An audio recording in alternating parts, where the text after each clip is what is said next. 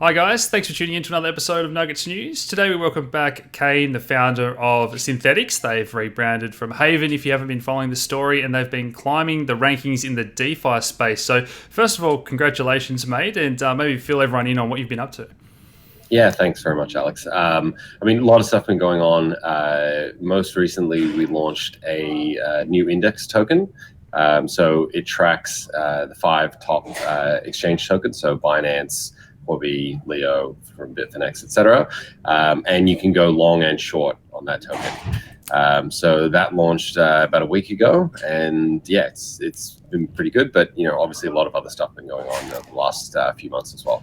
Yeah, for those that haven't followed, I saw the presentation at EdCon, and you guys, I'm not sure if you pivoted or just expanded from just doing those stable coins of different currencies, which are really cool in and of themselves, to talking about doing different types of assets. And for people at home, a basket of the exchange tokens, it just gives people so many more options, particularly the traders, doesn't it? So it's those exciting products that I'm sure you guys are going to continue to expand.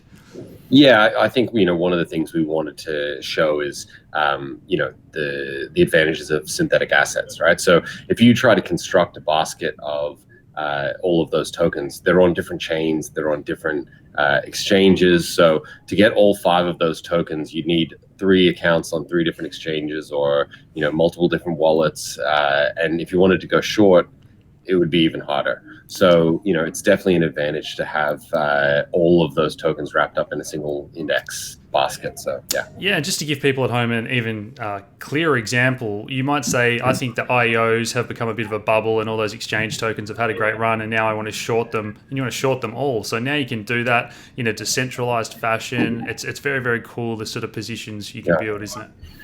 Yeah, it's definitely, it's kind of the first really unique asset that we've launched. But obviously, there's a lot of other assets that we're looking at launching as well. So, it's been pretty exciting. So, what are some of the other assets? Are you looking to get into sort of assets that track the price of stock indexes and that kind of thing as well? Yeah, absolutely. I think at the moment, the short-term value proposition is that you've got a lot of crypto traders who are looking for different ways to get exposure to crypto, right? And so making their lives easier, I think, is kind of the immediate term benefit. But over time, as we expand, the plan is to offer equity. So, you'd have a synthetic Tesla, synthetic Apple, etc. And, the same kind of basket mechanism does work, right? So you could have a unicorn basket, right? So, WeWork and Uber and all of the recent IPOs could be wrapped up in a single basket. And again, you could go long or short on that basket. So, a lot of different types of assets that can be created in the future. Yeah, and again, for people at home, if you've got some Ethereum on your ledger or Synthetix or any of the tokens that you can have as collateral, you can say, well, I want to short the US stock markets, and there's going to be a synthetic asset to do that from. So it allows you to hedge if you've got shares in your super, and I'm really excited where this is all going. Yeah, it's going to be pretty good. So, obviously a lot of work still needs to go into this. We need to be able to onboard non-crypto native people, because crypto people tend to be fairly financially savvy, so they probably have a brokerage account and all the things you need to hold equities and do all that sort of stuff. But as we expand and make it, I guess, easier for the rest of the world to get access to Ethereum, then all of these assets will be really valuable to be able to have. And we're sort of seeing that now. I remember doing my first tutorial on a maker, how to open a CPD, and it was very, very hard. And now they've got that down to about 2 or 3 clicks. And we did a lending tutorial yesterday. So you're sort of seeing that more and more people are going to come into this space, and it's only going to be a few buttons on a nice app, and it's going to be very easy to do. Yeah, absolutely. I mean, I actually had a post on our blog the other day talking about some of the advantages of all of the different infrastructure that's being built. So coming back from ETH Berlin, there were probably 25 or 30 different projects that were all really kind of focused on, I guess, helping with some of the onboarding challenges we have. So identity and abstracting tokens away and ETH and gas and a number of different things to just kind of make it easier. And I think that over the next, say, 6 to 12 months, that process will just get easier and easier, to the point where someone who's not super tech savvy will be able to, get onboarded, go from a credit card to crypto without even realizing that they're holding crypto. They'll just be using an app, and that app will give them some new cool functionality that they don't have today. So. Yeah, and I read that article about the gas app in particular, so that people don't have to pay the gas on their Ethereum fees, and that was previously one of the biggest headwinds. And we've got the Ethereum name service, so people can just send ETH to Synthetix, the actual word, instead of a long address. So this stuff's really coming together. And you did an interesting piece about the EOS versus ETH debate, because you guys were looking to build on EOS as well. We've seen a few exchanges that have tried to build DEXs on both. And I don't want to talk down EOS because there's some great people in the community in Australia, and it's important we experiment. But what did you guys find trying to build on both? I think there's layers in the stack, right? So, the stuff we've been talking about is kind of the I guess, dApp developer stack, right? So all the different tools and pieces of software that make it easier for a dApp developer to onboard new users, right? And a lot of these things just, kind of emerge over time. People have a problem and they solve that problem. It's open source. Someone else can just pick it up and use it in their dApp later.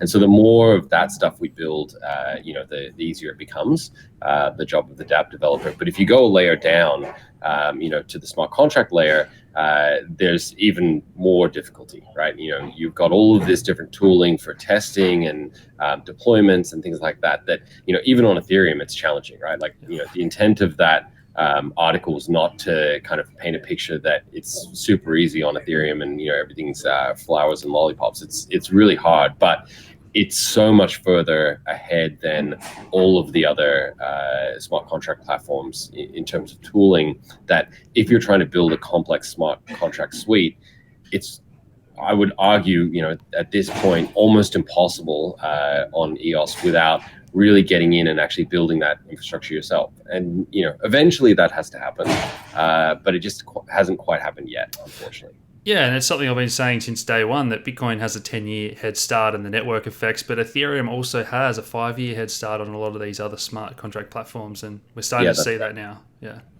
It's there's a big delta between building, a complex smart contract on Ethereum versus almost any other platform. And EOS just happened to be the one that we explored, and we spent a bit of time on it because we saw some promise there. But the reality is there is a lag, and it's going to take a while for EOS and other smart contract platforms to catch up.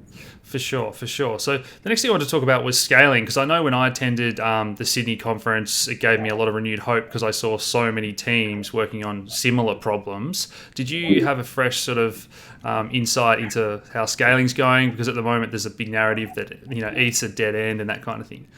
Yeah, I mean, the narratives that kind of emerge, I guess, in the Twitter sphere or whatever, you kind of need to take with a grain of salt. But I do think that L2 scaling solutions, we're seeing that they're harder than, everything's always harder than you expect, right? And I think the L2 solutions are harder than people were expecting to deploy.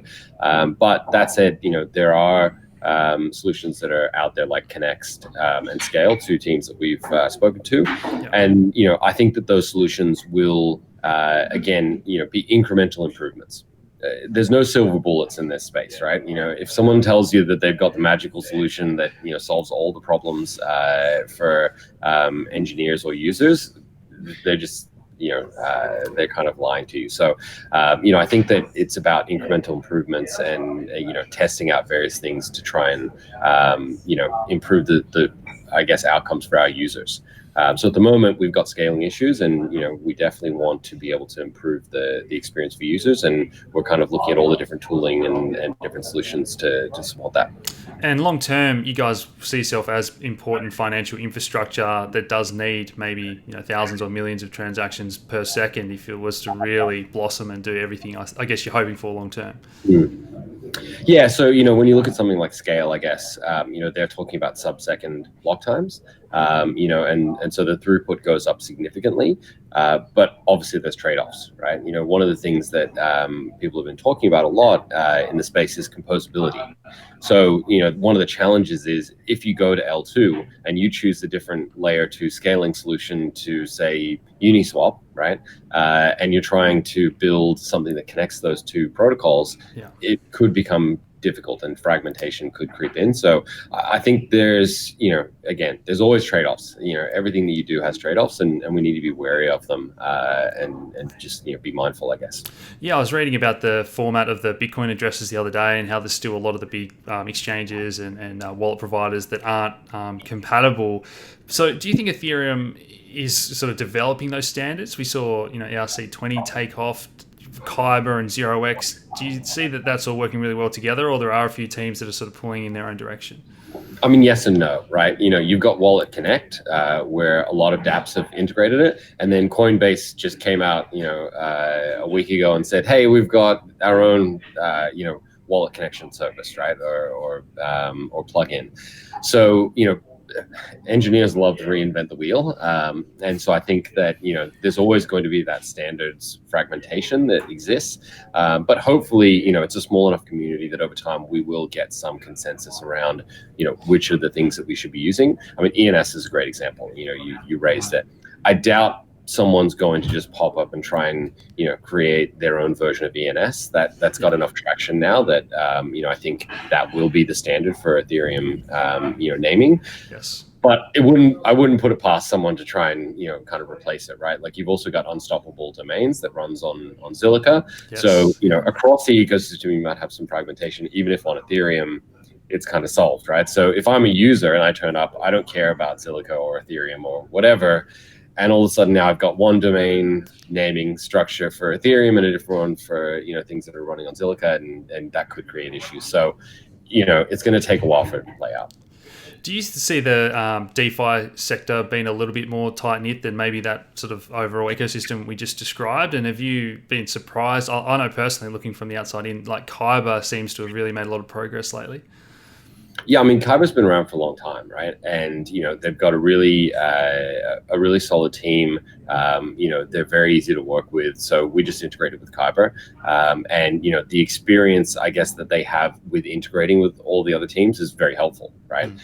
So they make it as easy as possible. They're operationally very efficient, and so I think that that operational capability, rather than just the engineering capacity, is really an important factor that the teams that have been around for longer are just better at. They've got operational people in their projects, that can kind of help out. So yeah, I think there's a reason why they're integrated into so many different protocols.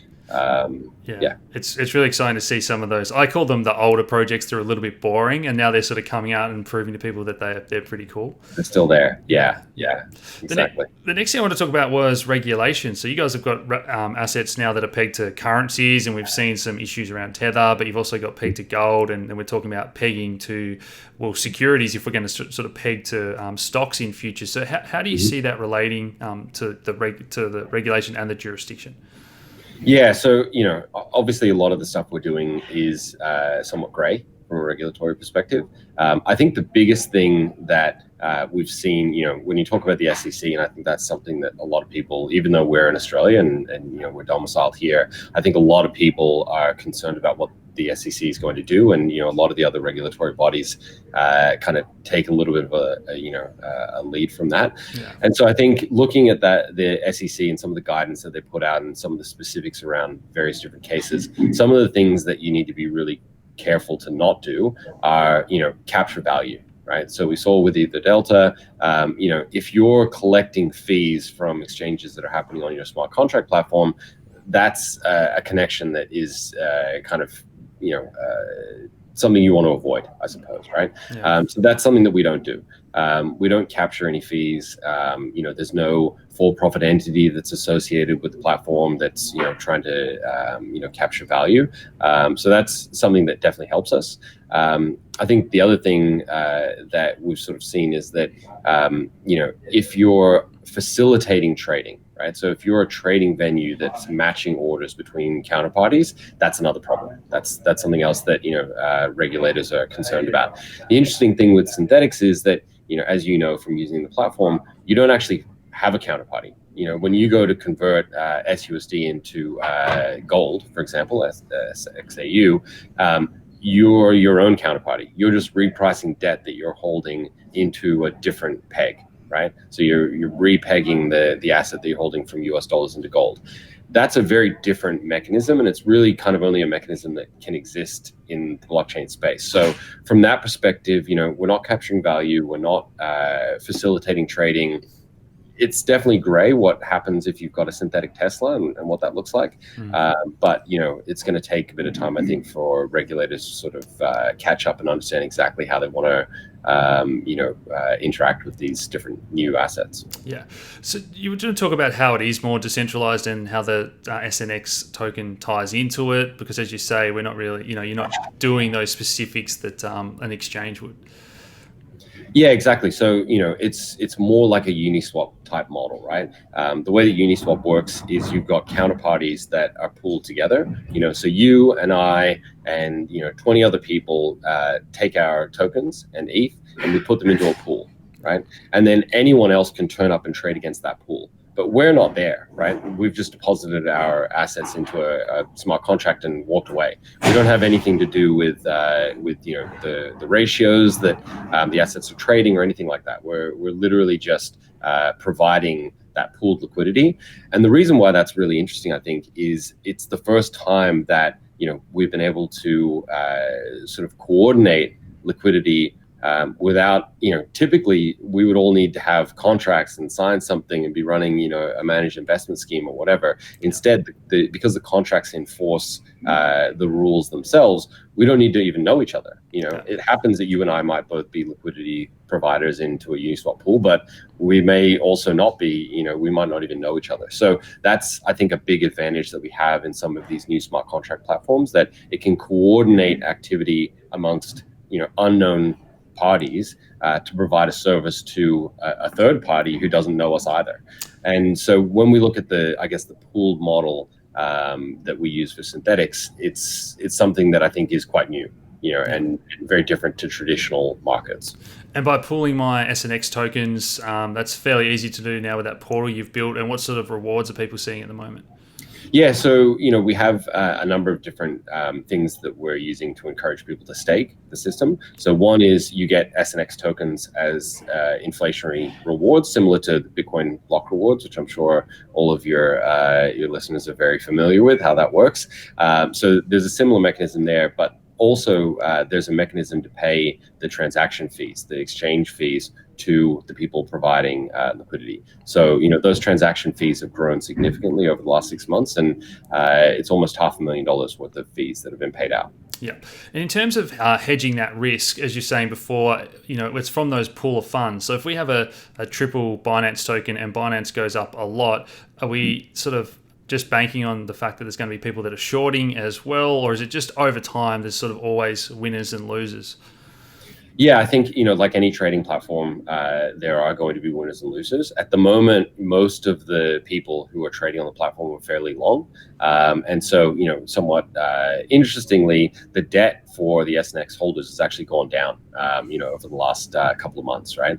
And so, there is a risk of the debt fluctuating, but at the moment, there aren't any mechanisms that kind of help to balance that. And that's one of the big features that we're looking to introduce. I think we talked about that even at EdCon, is, introducing a mechanism where there is a cost to opening a position and to holding a position, and that cost is paid to people who balance the position. So ideally, you have, a market neutral or close to market neutral position. So if you're long Bitcoin and I'm short, then you may be paying me to take that short position. So for the more advanced traders out there, this is a similar concept to Skew, where if everyone's taking one side of the bet, it's going to get more expensive. Yeah, exactly right. Yeah, so similar to a futures market where the longs pay the shorts or the shorts pay the longs, depending on which what the open interest is in the market. Yeah. And even though there isn't a counterparty for each specific trade, if there are a number of big wins, then the pool starts to get low. There's incentives to top up the pool, isn't there? Correct. Yeah, that's exactly right. Yeah. Cool. Do you want to maybe just describe that quickly for people? Yeah. So essentially, you've got this pooled debt, and if you have a 3x BTC long, right, and you're right, then the debt pool will go up. And so what actually happens is, as that debt pool goes up, the collateralization ratio within the network goes up, and all of the SNX holders are incentivized to actually buy that debt back off the market and burn it. Yeah. And so the idea is to keep that equilibrium there. And the incentive comes from the trading fees that are paid to stakers, as well as the inflationary supply. Because if your specific ratio is too low, then you won't get those rewards. So there's a mechanism that encourages everyone to be good actors in the system. The incentives are aligned, which allows you to then go and trade and win and take your profits essentially. Cool.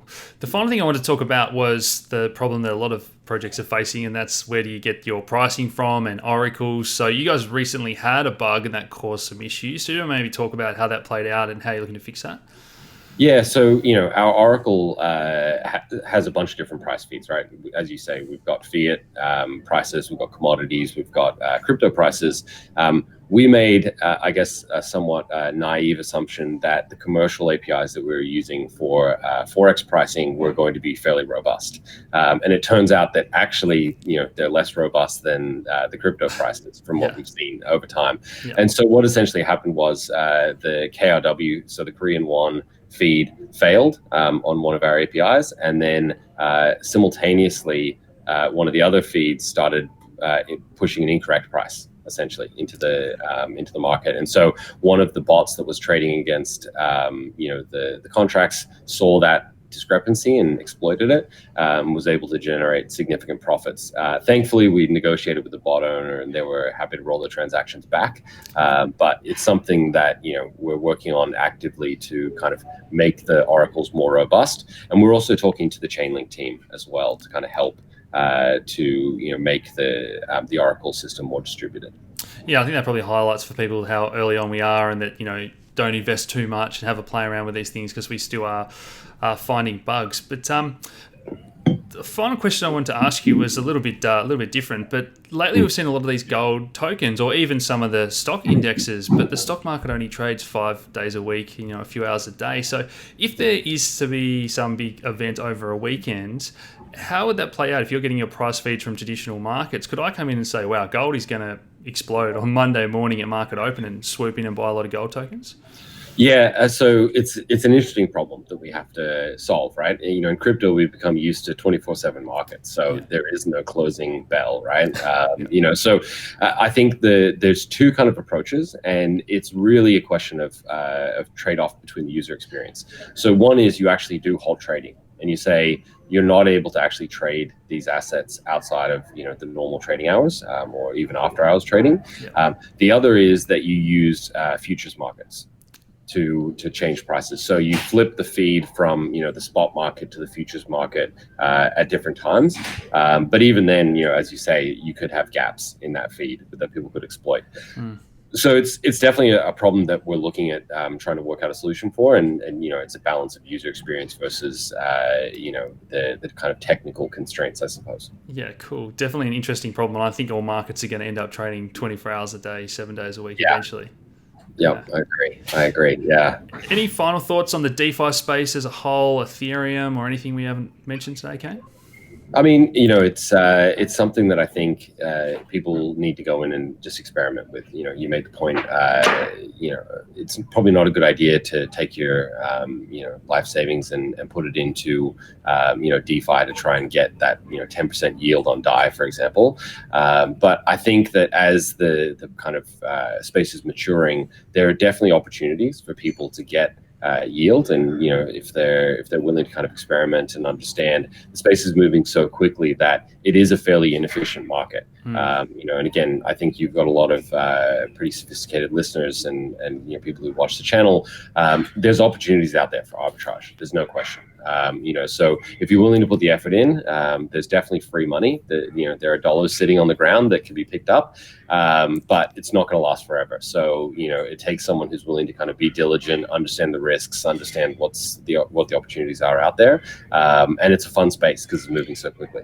Completely agree. That's why it all comes back to education to get these opportunities, and there's going to be more opportunities as this market has movements going forward, I'm sure. Yeah, absolutely. Thanks so much for joining us today, mate, and thanks for tuning in, guys. Awesome. Thanks, Alex. Talk soon. See ya.